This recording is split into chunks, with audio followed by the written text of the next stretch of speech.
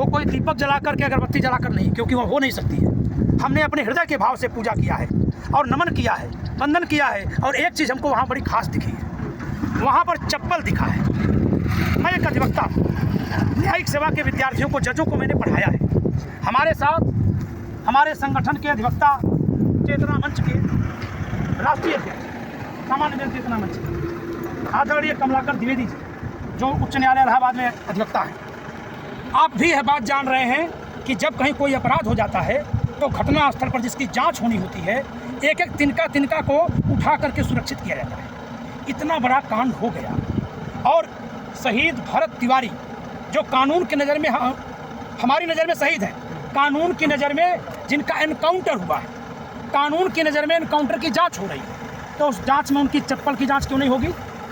उनका चप्पल वहाँ पड़ा हुआ है। आज भी 9 दिन घटना बीते हो गया, 9 दिन से भी वो चप्पल वहाँ पड़ी हुई है। तो ये निहायत उपेक्षा, लापरवाही, तानाशाही और जनता का दमन करने की भावना का घिनौना प्रदर्शन सरकार की ओर से दिखाई दे रहा है।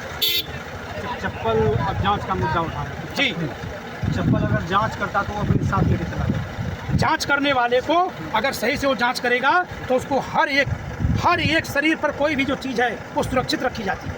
और यहाँ पर पड़ा हुआ है आज भी वो चप्पल आज पड़ी हुई है, ऐसे ही वो भी फेंक दी गई है किनारे की तरफ। इसका मतलब है चप्पल का जांच नहीं हुआ, कोई इनको इसका चप्पल की जांच नहीं हुई, इसका मतलब कोई जांच नहीं हुई, कोई जांच नहीं हो रही है। जांच को दबाने के नाम पर जांच हो रही है। अच्छा, गांव पहुंचे, गांव से लोग से मिले, क्या कुछ कहा उन्होंने? हर एक आदमी रो रहा है। उसको आप नजदीक से देखें? मैं नज़दीक से देखा, आप उधर दिखा सकते हैं, आपके कैमरामैन से कहिए वहाँ दिखा दें। वो जो झोपड़ियाँ हैं वो सब झोपड़ी के लोगों के लिए ही भरत तिवारी लड़ रहे थे।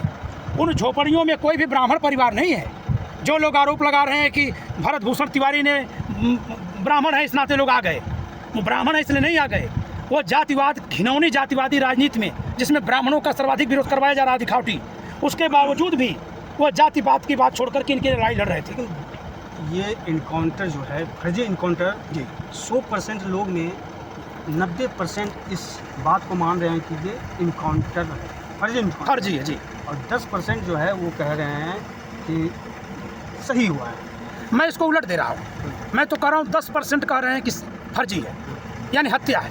90% लोग नहीं, 90% संसाधन पर जिसका कब्जा है वो अपने 90% मीडिया की ताकत से। गलती कहाँ हो? एक मिनट रुक जाइए। मीडिया में जो 90% से अधिक पावर रख रहा है, एक भी जी न्यूज़ यहाँ आया, एक भी NDTV आया, वो गला फाड़ करके जो चिल्लाते हो आए, वो अगर आएंगे भी तो उसको उल्टा दिखाएंगे।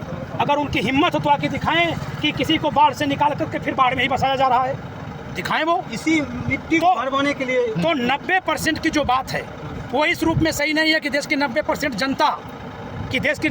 जनता इनको अपराधी मान रही है और एनकाउंटर को सही मान रही है। नहीं, 90% जनता तो एनकाउंटर को फर्जी मान रही है और इस कार्य को जो जिसमें शहादत देनी पड़ी है भरत भूषण तिवारी को, उसको हत्या मान रही है। अच्छा, लेकिन 90% मीडिया पर जो पकड़ रखने वाले हैं, 90% मीडिया पर भाजपा के जो IT सेल या सरकारों के जरिए जो TV में बैठे प्रवक्ता हैं, वो अपने 90% ताकत से इस बात को कह रहे हैं कि ये एनकाउंटर असली है और भरत भूषण तिवारी को वो अपराधी साबित करने की नकली, फर्जी और विफल कोशिश कर रहे हैं। अच्छा, गलती इसमें इस मामले में सबसे ज़्यादा किसका हो सकता है? सबसे ज़्यादा गलती 1 से 100 तक केवल सरकार, नीचे से ऊपर तक से नहीं, ऊपर से नीचे तक सबसे ज़्यादा गलती सरकार की है। अच्छा। आप बताइए, इनको बाढ़ से बाहर निकालने का काम कौन करेगा? सरकार के सिवा कोई नहीं कर सकता।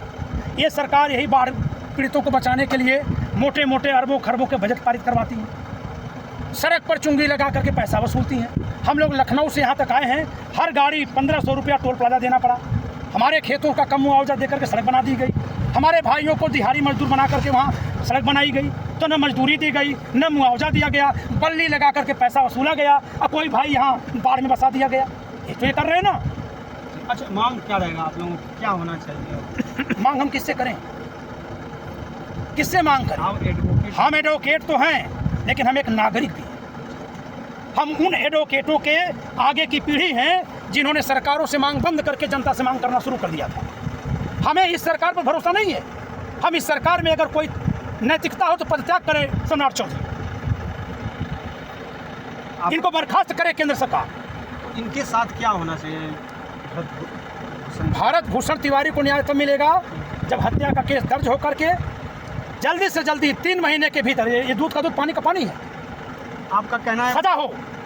भरत भूषण तिवारी को न्याय मिलेगा, उसको न्याय मिलेगा। वो तो मर के चले गए जी, उसको न्याय मिलेगा, उसको नहीं, आपको न्याय मिले, हमें न्याय मिले, हमें न्याय मिले, इस देश को न्याय मिले, हमें न्याय मिले। मैंने कहा है वहाँ घटनास्थल पर, हाँ समझे, वही बात आपके यहाँ भी दोहरा दे रहा हूँ। हमें 3 तरह से उनके लक्ष्य को पूरा करना है। 3 सपना। एक सपना जो उनका था कि इन लोगों को उसके साथ न्याय मिले, और जो शहादत दिए तो केवल इन लोगों भर के लिए नहीं दिए, वो कह रहे हैं कि पूरे देश की जनता को जगाना है। तो देश की जनता जगे और अपने लिए न्याय मांगे इस सरकार से, और अगर ये सरकार काम न कर पाए, न्याय न कर पाए और नहीं कर पा रही, उसको उखाड़ कर फेंके, दूसरी सरकार बनाए, तो न्याय यहाँ तक है। यहाँ से जनादेश मिलेगा पूरे देश को, पूरे देश को जनादेश मिल रहा है, पूरे देश को जनादेश। तभी तो आप अपना कैमरामैन से कहिए कि वहाँ से यहाँ तक दिखाए कारवां, और चलिए उनके घर तक दिखाया जाए। पैदल पैदल लोग आ रहे हैं, ये जनादेश है। लेकिन सरकार अपनी दमनकारी शक्ति का प्रयोग करके दमन करेगी, तो हम सबको एकजुट भी होना है कि ये ऐसा न कर पाए। इसके लिए एकजुट भी होना है। यही एकजुटता पैदा करने के लिए, लोगों को जगाने के लिए भरत भूषण तिवारी ने बलिदान दिया है। मतलब कोई भी, देखिए हम भी आवाज़ उठा रहे हैं, हमें भी गोली मार सकता है कोई भी, आपको किसी को बिल्कुल, हम लोग तो कफन बात कर चल रहे हैं, आवाज़ उठा रहे हैं तो हाँ, मार सकता है। हम तैयार हैं उसके लिए। ये गुनाह है तब जी, गुनाह वो कर ही रहे हैं। मैंने इसलिए तो कहा कि 90% संसाधनों पर जो कब्जा करके सरकार में बैठे हुए हैं, जिनके साथी संगाती सारे सत्ता में हिस्सेदार होते हुए दूसरी तरफ जो है संसाधनों की लूट मचाए हुए, हर समाज का हर व्यक्ति पीड़ित हो गया है, और इस सबको जाति धर्म में बांट करके लड़ा रहे हैं, ताकि लोग एक दूसरे से भिड़े रहें, इनके कालिक पर ध्यान न दें। अगर यहाँ से भरत भूषण तिवारी जी को न्याय मिलता है तो हम सभी को न्याय मिलेगा, पूरे देश को न्याय मिलेगा। उनका कहना है कि जो भी गरीब है, पीड़ित व्यक्ति है, किसी भी जाति से, अगर थाना से लेकर सीएम तक पहुँचते हैं तो उनका समस्या जो है समाधान तुरंत होगा। जी, ये उनका कहना, ये उनका कहना था, और ये देश आज़ाद इसीलिए कराए, भ्रष्टाचार मुक्त। लेकिन जब अपराधियों को मुख्यमंत्री बना देंगे, हैं, 7 पास आदमी मुख्यमंत्री बनेगा, क्या उसको ज्ञान है कि लॉ एंड ऑर्डर कैसे चलता है? और वो निर्देश देंगे क्या होगा देश में, प्रदेश में? कौन सा बहुमत है? जरा चुनाव जीत कराएं। अच्छा, कुछ लोग कह रहे हैं कि वहाँ पे स्मारक बनाया जाए।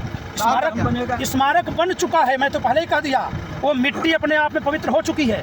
पहले हम भी, अब वहाँ भौतिक स्मारक बनेगा। हम भी इस तस्वीर को देखे हैं, भावनात्मक तो बन गया। हम भी इस तस्वीर को देखे हैं, जैसे खून का धब्बा है जी, बारिश आने से जब इस पे गया तो ये जो है हल्का उड़ गया खून। जी, खून उड़ गया, लेकिन कुछ दिखाई दे रहा है। जी, पहले ईंट नहीं रखा हुआ था, जी, अभी कुछ लोग आ रहे हैं और ईंट पे ईंट डाल के, आप देखें इस तस्वीर को, यहाँ तक पहुँच गया। जी, वो देखते देखते देखिए, किसी स्मारक को ईंट पत्थर से नहीं बनाया जाता। ईंट पत्थर से तो हम उसको आकार दे देते, लेकिन जो भाव होता है ना, वो मनुष्य के दिलों में जो होता है भाव, उसके नाते लोग आते हैं, और वो भाव आपको दिख रहा है, आप उसके गवाह बने हैं खुद। आप खुद उस नमनीय धरती के का नमन किए हैं, हमको करने का सौभाग्य मिला है। तो स्मारक बन चुका है, उसको भव्य रूप देना, उस स्वरूप में लाना, ये हम सबका दायित्व है। और गांव का नाम भी जो है शहीद भरत भूषण तिवारी के नाम से रखा गया, जौनिया।